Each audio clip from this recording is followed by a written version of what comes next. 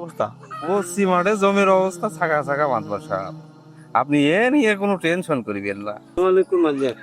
ওয়ালাইকুম আসসালাম ওয়া রাহমাতুল্লাহ। কি অবস্থা রশিদ মিয়া? মাদ্রাসা খুব বিপদে পড়ে আপনার কাছে আসলাম। আমাদের বাড়ির জমিটুক বন্দুক নিয়ে আপনি আমাদের 3 লাখ টাকা দেন, তা নাহলে আমার মরা ছাড়া কোনো গতি থাকবে না। দেখি তুমি কি নিয়ে আসছো দেখি। আমাদের বাড়ির জমিটুকুই সম্বল, তাছাড়া আমার আর কিছু নেই। আপনি তো সবই জানেন। মাতবার সাহেব, ভালো করে কাগজপত্র আপনি দিলেন? তো রশিদ মিয়া, তোমার যে কাগজে জমি দেখছি, এ জমিতে তো তোমার 1 লাখ টাকার বেশি তো দেওয়া যাবে না। আপনি যেভাবে হোক আমার 3 লাখ টাকার ব্যবস্থা করে দেন, নাহলে আমাদের জীবনটা হয়তো চলে যাবে না। মাদ্রাসা আপনার কাছে আমি অনুরোধ করে বলতেছি, আপনি আমার জীবনটা বাঁচান।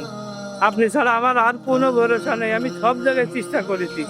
আমি শেষমেশ এই জমির দলিল দিয়ে আপনার কাছে টাকা নিতে আসলাম। সব ঠিক আছে, কিন্তু এই জমি কিনলেও তো এত টাকা বেচা বিক্রি হবে না।